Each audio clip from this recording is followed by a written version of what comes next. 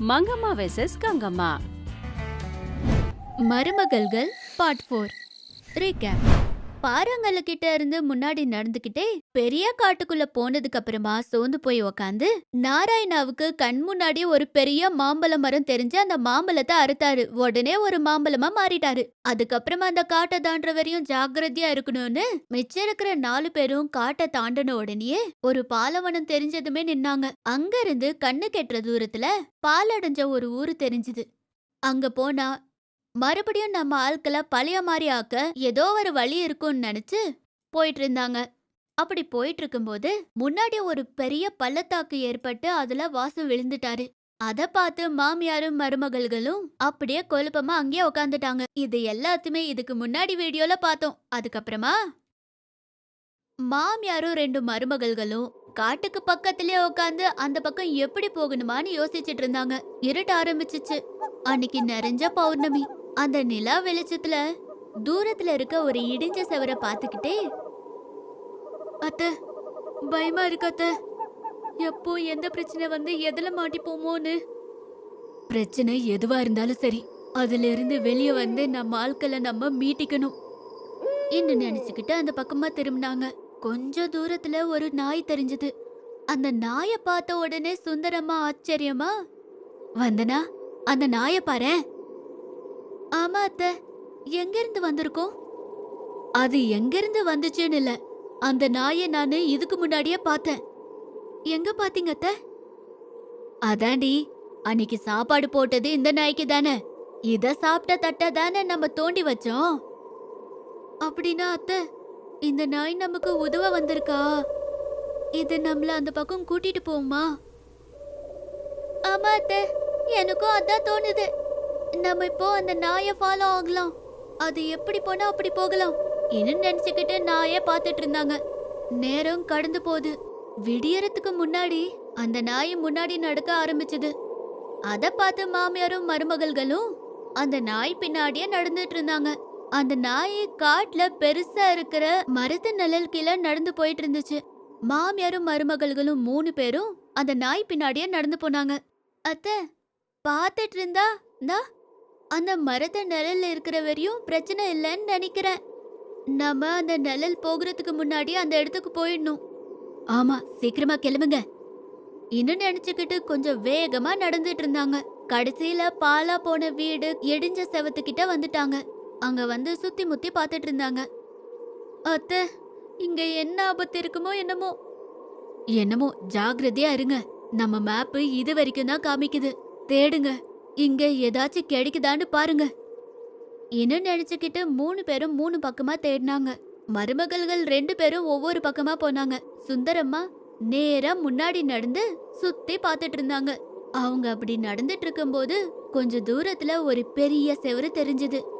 அந்த செவத்துக்கிட்ட போய் பார்த்துட்டு இருந்தாங்க. அந்த செவத்துல நிறைய கைகளோட அச்சுங்க தெரிஞ்சது. சுந்தரம்மா அவங்களோட 2 கையும் செவத்துல இருக்கிற கை மேல வச்சாங்க. அவ்வளோதான்.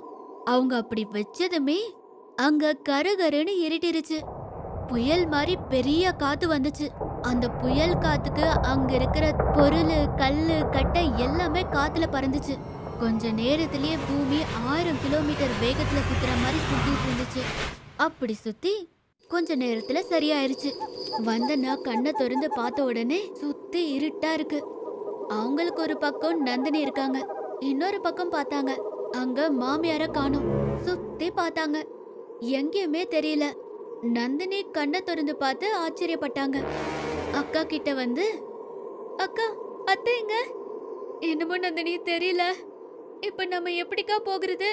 அதுவும் தெரியல. இந்த இருட்டுல நம்ம வெளியே போகிறதுக்கு ஏதோ ஒரு இடத்துல வழி இருக்கும், வா போகலாம் இன்னும் நினைச்சுக்கிட்டு 2 அடி முன்னாடி வச்சாங்க. 2 அடி முன்னாடி வச்சதுமே அவங்க எதிர்க்க ஒரு பெரிய நுழைவாயில் தெரிஞ்சது. அத பார்த்து வந்தனா, தங்கச்சி, இந்த வழியில போனா நமக்கு அந்த புதையல் இருக்கிற இடம் தெரிய வாய்ப்பு இருக்கு. அக்கா, இருக்கலாம், ஆனா அங்கதான் ஆபத்து இருக்குன்னு நினைக்கிறேன். இது வரைக்கும் இருக்கிறவங்க எல்லாருமே போகடிச்சுக்கிட்டோம். அந்த புதையல் கிடைக்காட்டியும் பரவாயில்லக்கா, ஆனா நம்ம ஆளுக்கு எல்லாரும் நார்மலா ஆயிடணும். ஆமா, அந்த ஆசைய வச்சுக்கிட்டு தான் நம்ம முன்னாடி போனோமா இன்னும் நினைச்சுக்கிட்டு 2 பேரும் அது வழியா போனாங்க. 2 பேரும் அதை தாண்டினதுமே அவங்க முன்னாடி ஒரு பெரிய பாலம் தெரிஞ்சது. அது கயிறாலையும் கட்டையாலையும் செஞ்ச பாலம். ரொம்ப ஆழமா இருக்க ஒரு காவாவை தாண்டறதுக்கு அது கட்டியிருக்காங்க. அத பார்த்து நந்தினி பயந்துகிட்டே, அக்கா எனக்கு ரொம்ப பயமா இருக்குக்கா. இப்ப நம்ம இது மேல இருந்து நடக்கணுமா? கண்டிப்பா நமக்கு வேற வழியே இல்ல. ஒரு முறை பின்னாடி திரும்பி பாரேன் என்ன சொன்னாங்க. நந்தினி பின்னாடி திரும்பி பார்த்து ஷாக் ஆயிட்டா. அவங்க வந்த நுழைவாயிலா காணோம். இப்ப நம்ம வந்த நுழைவாயில் எங்கக்கா? அப்படின்னா நம்ம கண்டிப்பா முன்னதான் போனோம், பின்னாடி போக முடியாது. ஆமா, எது என்ன ஆனாலும் எத்தனை பிரச்சனை வந்தாலும் நாம முன்னாடி தான் போகணும். இன்னு தங்கச்சிக்கு தைரியம் சொல்லிட்டு அங்கிருந்து முன்னாடி போயிட்டு இருந்தாங்க. வந்தனா அந்த பாலத்து மேல முன்னாடி நடந்துட்டு இருந்தாங்க. நந்தினி அந்த பாலத்துல இருக்கிற கயிறை புடிச்சுக்கிட்டு அடி மேல அடி வச்சுட்டு பயந்துகிட்டே நடந்துட்டு இருந்தா. கொஞ்ச தூரம் நடந்ததுக்கு அப்புறமா நந்தினி கண்ணை மூடிக்கிட்டு பயந்துகிட்டே மறுபடியும் பயந்துகிட்டே கண்ணை திறந்து பாலத்துக்கு கீழே பார்த்தா. கீழே ரொம்ப ஆழமா இருக்கு.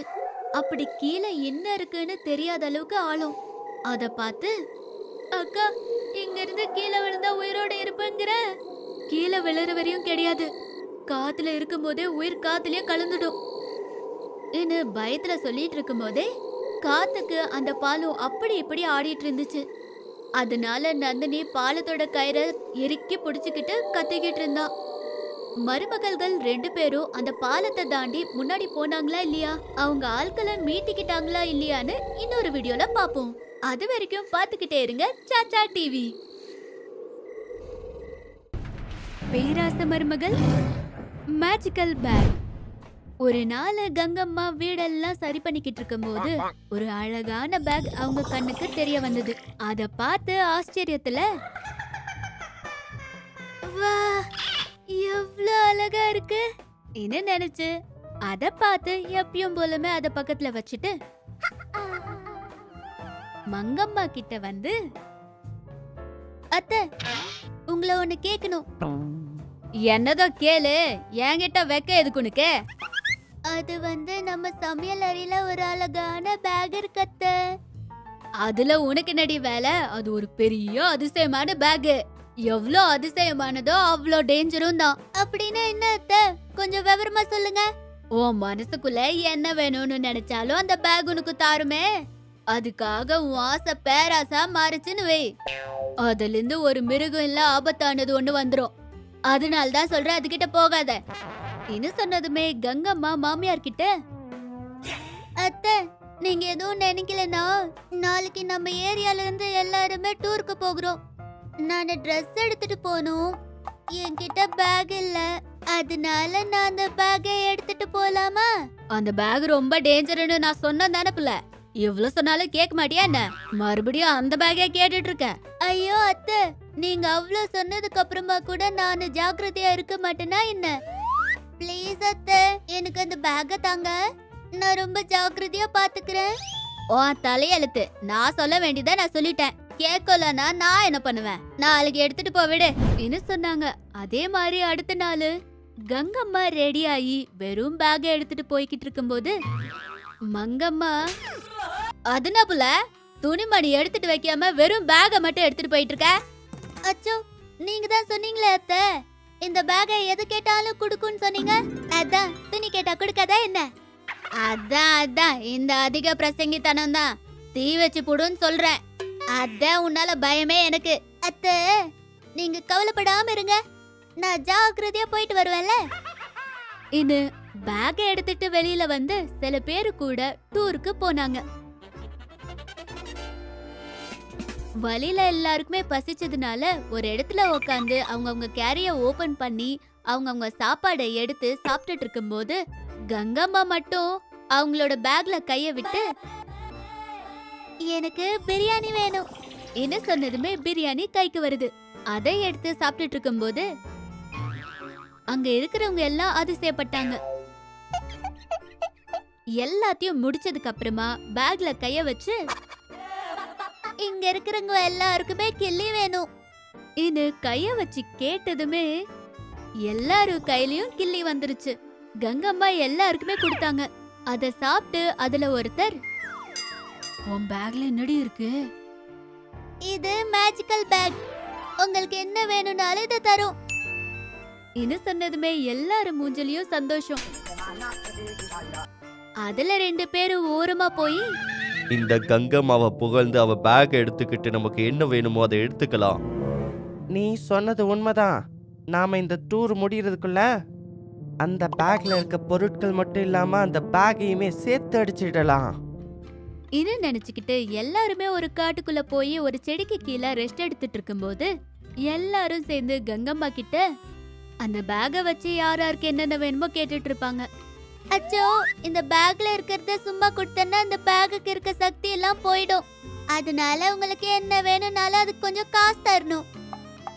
அதுக்கு எல்லாருமே இஷ்டப்பட்டு ஒவ்வொருத்தரா வந்து காசை கொடுத்து அவங்களுக்கு என்ன வேணுமோ அதை கேட்டு வாங்கிட்டு இருந்தாங்க.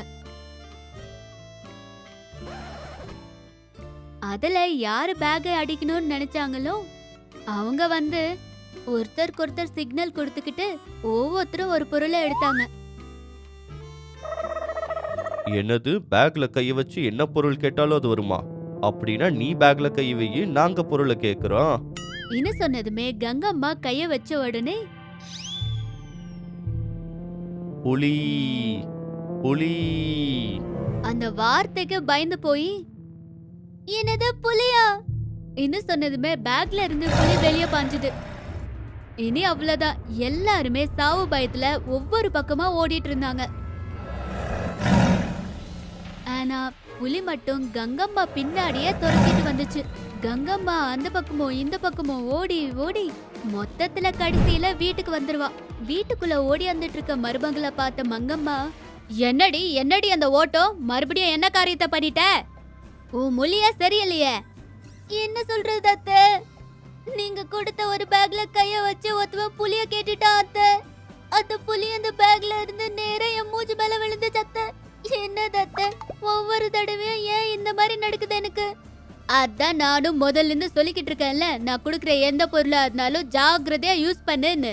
அத உன் சுயநலத்துக்காக பேராசைக்காக யூஸ் பண்ணாதேன்னு சொல்லிக்கிட்டே இருக்கேன் நானு. அந்த பேக்ல கைய வச்சு என்ன கேட்டா அது வரும்னு சொன்னேன் தானே? புலிய கேட்டா புலி வந்துச்சு, உடம்ப கிட்ட வச்சுட்டு கேட்க வேண்டியது தானே? சாரி அத்தை, தப்பெல்லாம் என்னோடதுதான். அச்சோ அத்தை, புலி வீட்டுக்கு வந்துட்டு. இன்னும் சொன்னதுமே மங்கம்மா உடனே ஏதோ மந்திரிச்சதுனால புலி மாயமாயிடுச்சு. அத்தடி தப்பிச்சிட்ட அத்தை. அப்பாடா, நீ எனக்கு கடவுள் தந்த மேஜிக்கல் மாமியார் அத்தை. தேங்க் யூ so much அத்தை. இனு ரெண்டு பேருமே பெருமூச்சு விட்டாங்க. இந்த எபிசோடும் உங்களை நல்லா சிரிக்க வச்சிருக்கோன்னு நாங்க நம்புறோம். இன்னும் இதுக்கு வெயிட்டிங்? இப்பவே சப்ஸ்கிரைப் பண்ணி பெல்ல அடிங்க. உங்களுக்கு மங்கம்மா பிடிக்குமா இல்லைன்னா கங்கம்மா பிடிக்குமா? கமெண்ட் மூலமா உங்க கருத்துக்களை சொல்லுங்க. உங்களை குஷிப்படுத்தும் மேலும் பல வீடியோஸ்க்கு பாத்துக்கிட்டே இருங்க சாச்சா டிவி.